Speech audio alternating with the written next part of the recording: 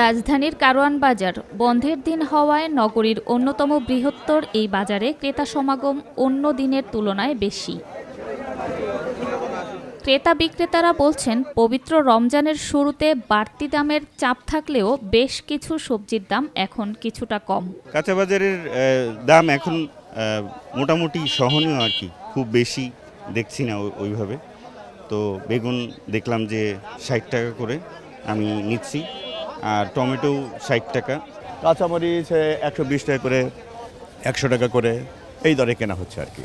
ফার্স্টে তো রমজানের দাম বেগুনের দাম বেশি ছিল, এখন বর্তমান কমে আছে, 80 টাকা 70 টাকা মাল বুঝে দাম। আর কিছু নতুন আইটেম বাড়ছে, যেমন ধুন্দুল, উস্তা, করলা, এগুলোর দাম বেশি।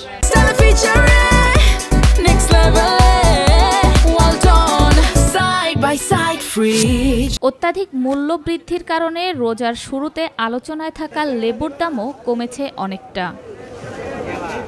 ঈদকে সামনে রেখে মশলার বাজারেও বেড়েছে কেনাবেচা। রান্নার অপরিহার্য উপকরণ হলুদ, মরিচ, জিরা, ধনিয়া স্বাভাবিক থাকলেও বেড়েছে তেল ও মশলার দাম। রমজানে যে বাজার লাগে কোনো কিছুর দাম এরকম বাড়ে নাই, কিন্তু শেষের দিক দিয়ে সয়াবিন তেল একটু সংকট, আমরা যা চাইতেছি পাইতেছি না। সয়াবিন তেল 5 লিটার ছিল 890 কিনা, এখন কিনা পড়ে 940 টাকা। আলু বখরা ছিল 560 থেকে 600 টাকা। গত এক সপ্তাহের ব্যবধানে 1 কেজিতে 600 টাকা বাড়ছে। ছোলা 100 টাকা 90 টাকা, চিনি 100। সার্বিক বাজার পরিস্থিতি আগের তুলনায় এখন বেশিই আছে। মাংস ও মুরগির বাজারে ব্যস্ততা চোখে পড়ার মতো, দাম কিছুটা কমায় ক্রেতাদের মধ্যে স্বস্তির আভাস।